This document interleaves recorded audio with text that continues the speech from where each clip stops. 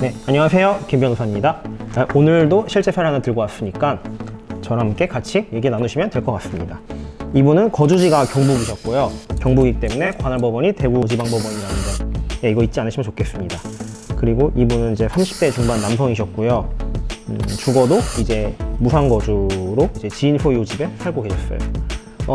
배우자가 있고 자녀 한 명 있었는데, 여러분들도 아시다시피 배우자는 이제 재산이 원칙적으로 반영이 안 되지만 공동 형성 기여가 인정된다면은 절반이 반영이 되기 때문에 이런 점도 참고하셔서 기억하시면 좋을 것 같습니다. 이분 수입은 250만 원이었고요. 직업은 이제 차량 정비업자였습니다. 이제 빚이랑 재산을 좀 간단하게 말씀드리면은 총 재산 이제 4천만 원이 채 안 됐어요. 총 채무는 2억 6천만 원으로 재산보다 한 6배는 많죠. 예. 상당한 채무가 있으셔서 저희도 좀 약간 되게 놀랐던 사안이었습니다. 이분은 채무 중대 사유가 불법 사이트에 이제 투자 같은 거를 하다가 사기로 인해서 채무가 증가하신 분이에요. 또 사업을 다시 하기 위해서 뭐 클럽 이제 이런 거 운영하시려다가 이제 개인 투자금도 받고 했는데 이제 완전 사업이 망한 거죠. 그래서 투자금이 채무가 돼버린 거예요. 그런데 이제 또 거기에다가 스포츠 토토를 불법적으로 하다가 그걸로도 한 5,400만 원을 손실을 보셨습니다. 그래서 이분은 개인 채무가 꽤 많았어요. 개인 채무가 한 9명 정도 되셨고요.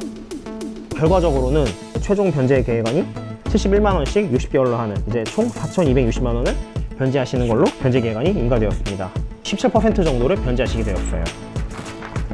이분의 개인회생 진행 과정은 조금 특이했습니다. 왜냐하면 개인 채권자가 워낙 많아서 이의 신청이 들어왔었거든요.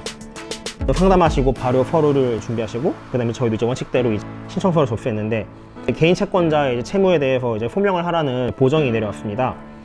개인 채권자 금융사랑은 다르게 이의 신청을 하는 경우가 좀 많아요. 금융사 같은 경우는 이제 이의 신청을 잘 안 하는데, 개인 채권자 같은 경우는 이런 뭐 이의 신청도 많이 하고, 그리고 채무 이제 존재에 대해서 이제 소명도 하기가 어려워서 이 부분에 대해서 좀 한마디로 말하면 좀 빡셉니다. 그리고 개인 채권자의 이제 존재에 대해서 이제 저희가 또 소명을 해야 되니까 사실조회도 신청하고 뭐 토신사 조회 이런 거 해서 채권자 주소도 확인하고 이랬거든요.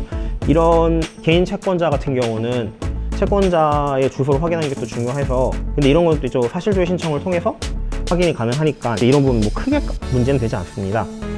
근데 개시 결정이 나고 나서 이의 신청이 들어온 거예요. 개인 채권자 같은 경우는 금융사랑 다르게 자기 채권을 변제받지 못할까 봐 되게 두려워하는 사람들이 많거든요. 그래서 이제 이런 개인 채권자들이 이의 신청을 이제 냈어요. 이 사람이 어떻게 일을 하고 있는지, 뭐 이 사람이 이 회사의 직원이 맞는지, 정상적으로 급여를 받고 있는지, 그리고 차용금을 도박으로 쓴 거는 어떻게 얘기가 되는 건지, 그리고 이거 개인회생 남용하는 거 아닌지, 이런 부분에 대해서 이의 신청이 많이 들어왔거든요. 그런데 저희는 이제 이에 대해서 정말 답변서를 상세하게 제출하고 사진까지 찍어가면서 저희가 이 부분을 성실하게 소명을 했어요. 되게 적극적으로. 그래서 이렇게 개시 결정 이후에 이의 신청 절차를 잘 마무리하고, 그다음에 이제 인가 결정이 난 케이스였습니다. 보정 내용을 좀 간단히 말씀드리면은, 이 채권자의 관계를 잘 소명하라는 지시가 왔었어요. 왜냐면은 개인 채권자 같은 경우는 사실 허위적으로 채무를 부담할 수도 있고 해서 이제 이런 걸 좀 되게 꼼꼼하게 좀 봅니다. 그래서 막 뭐 이자를 냈는지, 아니면 차용증을 썼는지, 아니면 뭐 대여금이 맞는지, 아니면 그냥 증여인지 이런 걸 다 판단하는 자료들을 다 제출을 하게 해요. 그래서 이렇게 제출을 하게 되었고, 이런 뭐 스포츠 토토 같은 걸 불법으로 한 경우는 이것도 어찌 보면 도박이잖아요. 그래가지고 이제 이거에 대해서 자필 진술서를 쓰게 하고, 그 다음에 가족들의 이제 보증을 받게 했어요. 이제 이 사람이 더 이상 이런 스포츠 토토를 하지 않도록 우리가 잘 돌보겠다, 잘 지켜보겠다, 이런 식으로 사실상 이제 각서를 쓰게 한 거거든요.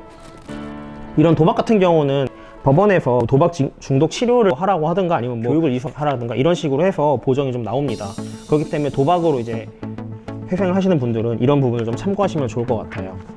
마지막으로 말씀드리면은, 이렇게 실질적으로 이렇게 개인 채권자가 좀 많다면은 채무 존재 자체를 소명하기 좀 되게 중요합니다. 채무라는 게 이제 특히 개인 사이에서는 아무래도 이제 이게 아까도 말씀드렸지만 허위로 될 가능성이 상당히 높기 때문에 이런 걸 되게 꼼꼼하게 봐요. 그리고 채권자들의 이의 신청도 하기 때문에 이런 거에 대해서 또 소명하는 것도 되게 중요합니다. 채권자들의 주소 같은 경우도 파악이 안 되는 경우가 좀 꽤 있어서 이런 것들도 이제 좀 하나의 시간이 걸리는 경우가 있어요. 그렇기 때문에 개인 채권자가 많으시고 그 다음에 도박을 하신 분들은 이런 사례를 참고하셔가지고 자기가 어떻게 하면 좋을지를 생각하시면 좋을 것 같습니다. 감사합니다.